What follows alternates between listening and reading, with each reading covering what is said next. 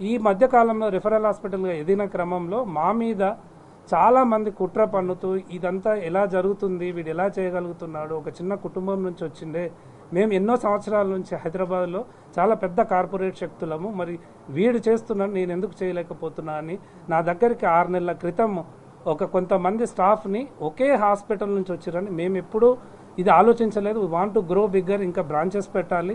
ఈ క్రమంలో వచ్చిన స్టాఫ్ అందరిని తీసుకోవడం జరిగింది. వీరిలో కొంతమంది జాగ్రత్తగా వీళ్ళ ప్లాన్ ప్రకారమే వచ్చి ప్లాన్ ప్రకారమే వీడియోలు ఫోటోలు ఎప్పుడైతే మా ఇన్పేషెంట్ లోపల జరిగే కొన్ని ఫొటోస్ వీడియోస్ మా డాక్టర్స్ ఇంటర్నల్ కమ్యూనికేషన్ కోసం మేము అప్డేట్ చేసుకుంటాం. పొద్దున డాక్టర్ చూడాలని నైట్ చేసేవాళ్ళు, పొద్దున్న వెళ్ళాలని ఓవరాల్గా మిస్కమ్యూనికేషన్ జరుగుద్దని కొన్ని వీడియోస్ ఎప్పుడైతే బ్లడ్ ఎమర్జెన్సీలో ఎక్కిస్తామో ఆ వీడియోస్ అన్నీ జాగ్రత్తగా కలెక్ట్ చేసుకొని కొంతమంది డాక్టర్లతో కలిసి దీనికి వీళ్ళు నాంది పలికినారండి. దీనికి ఈరోజు జరగలేదు నాంది, ఖచ్చితంగా 6 నెలల క్రితము సంవత్సరం క్రితం నుంచి ప్లాన్ జరుగుతుంది. గతంలో కొంతమంది డాక్టర్లు కొంతమంది స్టాఫ్ కలిసి చేసినారని తర్వాత మా కంక్లూజన్కి వచ్చింది. వాళ్ళందరి మీద కూడా పోలీస్ స్టేషన్లో కంప్లైంట్ ఇవ్వడం జరిగింది.